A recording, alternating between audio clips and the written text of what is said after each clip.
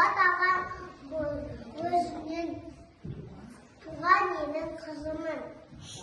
Бақытты етіп өсірген отанымның гүлімін.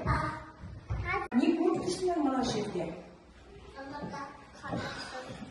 Қазақстанымызды, жерімізді біздің немістерден қорғап бар екен.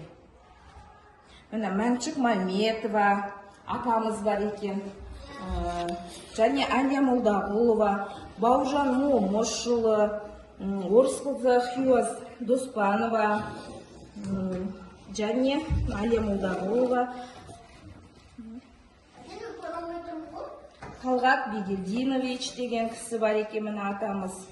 Осы кісілердің бәрі Ұлы Отан соғысына қатысып, бізге мына жерімізді алып берген кісілер екен, Қандай күн бүгін? 7 мамыр Отан қорғаушылар күні екен, балалар?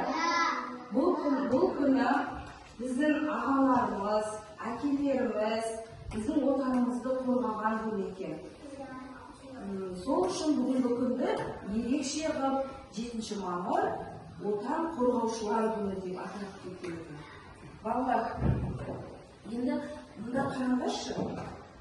Мына жерде Отан қорғаушылар күні дедік. Енді бізде Қазақстан жерімізде қарулы күштеріміз халқымыздың сенімді тірегі, мемлекеттің берік қалқаны болып келеді екен. Бұл жерде көрдіңдер ма, суретті көрдіңдер ма? Ағаларымыз қандай сарбаздар болып тұр, қарулы күштеріміз бар екен Қазақстанымызда. Және Қазақстан Республикасында қарулы күштерінің құрлық әскерлері бар екен. Құрлық әскердер немен қолданады? Танкімен қолданады, дұрыс айтасыздар. Және мына жақта қараңдар, әуе қорғаныс күштері бар екен. Ұшақтарымыз бар, бізге дайын тұрған ұшақтарымыз бар екен. Және де әскери теңіз күштері бар екен тағы да. Ол жеріне не істейді? Теңізде не істейді? Кемелерде? Жоқ, кемелермен жүзеді. Жаттығулар жасайды. Міне, сол үшін отан